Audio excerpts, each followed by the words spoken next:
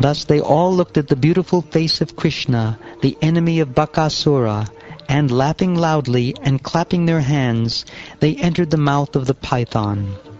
The Supreme Personality of Godhead, Sri Krishna, who is situated as Antaryami, the Supersoul, in the core of everyone's heart, heard the boys talking among themselves about the artificial python.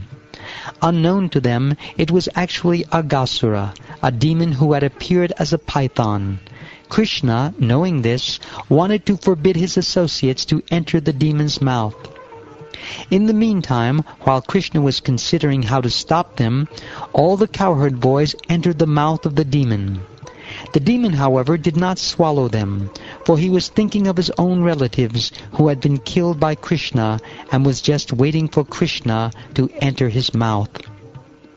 Krishna saw that all the cowherd boys, who did not know anyone but him as their Lord, had now gone out of his hand and were helpless, having entered like straws into the fire of the abdomen of Aghasura, who was death personified.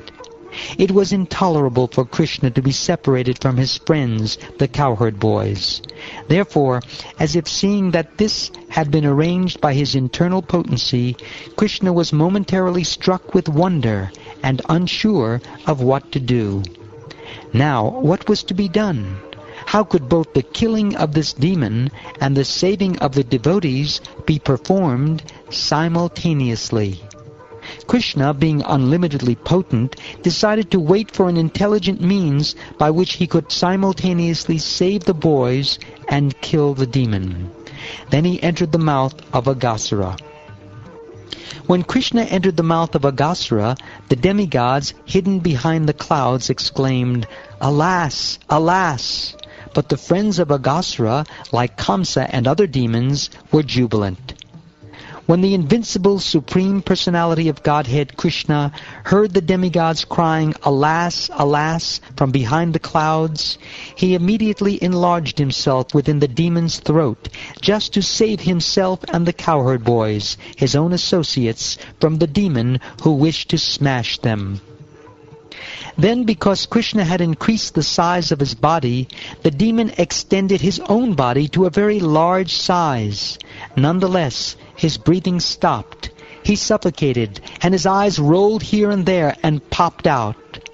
The demon's life air, however, could not pass through any outlet, and therefore it finally burst out through a hole in the top of the demon's head. When all the demon's life air had passed away through that hole in the top of his head, Krishna glanced over the dead calves and cowherd boys and brought them back to life.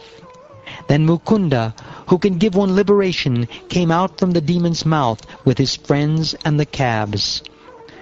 From the body of the gigantic python, a glaring effulgence came out, illuminating all directions, and stayed individually in the sky, until Krishna came out from the corpse's mouth. Then, as all the demigods looked on, this effulgence entered into Krishna's body.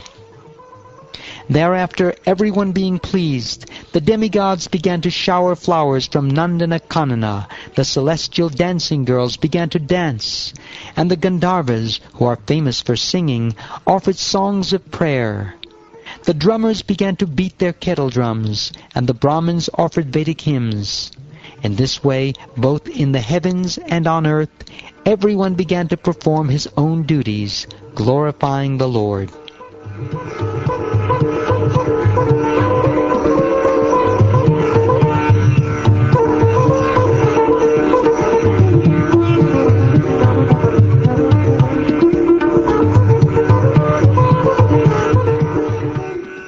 When Lord Brahma heard the wonderful ceremony going on near his planet, accompanied by music and songs and sounds of Jaya, Jaya, he immediately came down to see the function.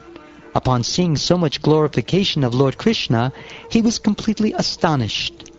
O King Pariksit, when the python-shaped body of Aghasura dried up into merely a big skin, it became a wonderful place for the inhabitants of Vrindavan to visit, and it remained so for a long, long time. This incident of Krishna's saving himself and his associates from death and of giving deliverance to Aghasura, who had assumed the form of a python, took place when Krishna was 5 years old.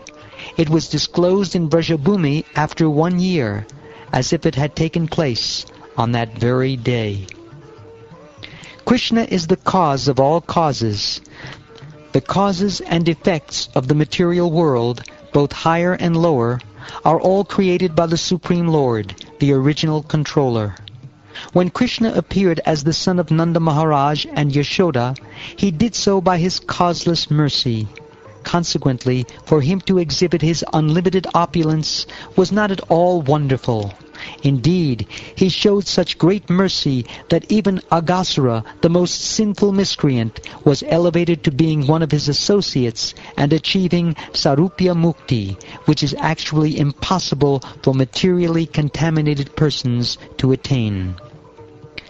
If even only once, or even by force, one brings the form of the Supreme Personality of Godhead into one's mind, one can attain the supreme salvation by the mercy of Krishna, as did Aghasura.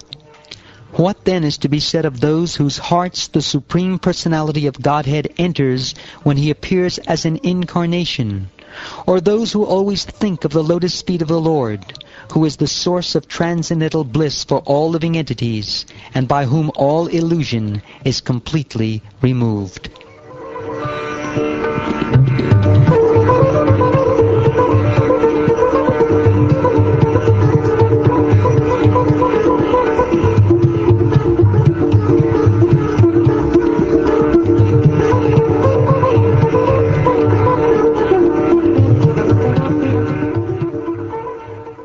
Sri Sutta Goswami said, O learned saints, the childhood pastimes of Sri Krishna are very wonderful. Maharaj Pariksit, after hearing about those pastimes of Krishna, who had saved him in the womb of his mother, became steady in his mind, and again inquired from Shukdev Goswami to hear about those pious activities.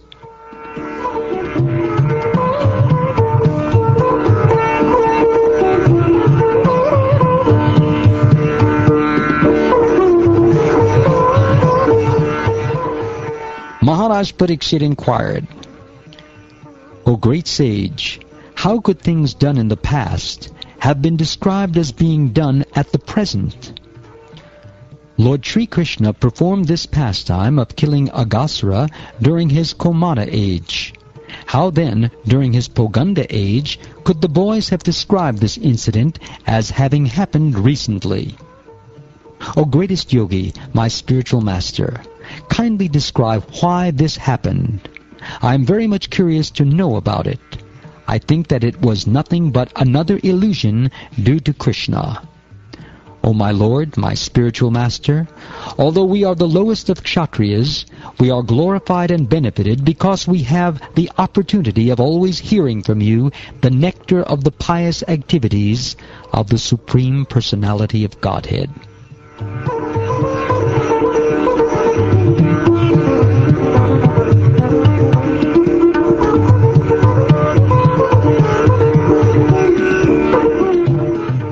Sutta Goswami said, O Shonaka, greatest of saints and devotees, when Maharaj Pariksit inquired from Shukdeva Goswami in this way, Shukdeva Goswami, immediately remembering subject matters about Krishna within the core of his heart, externally lost contact with the actions of his senses.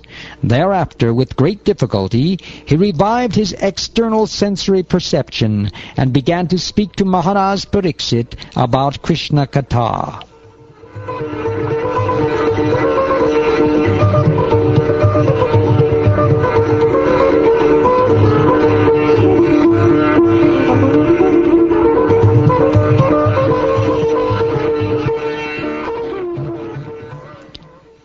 Thus ends the 12th chapter of the 10th canto of the Shrimad Bhagavatam, entitled The Killing of the Demon Aghasura.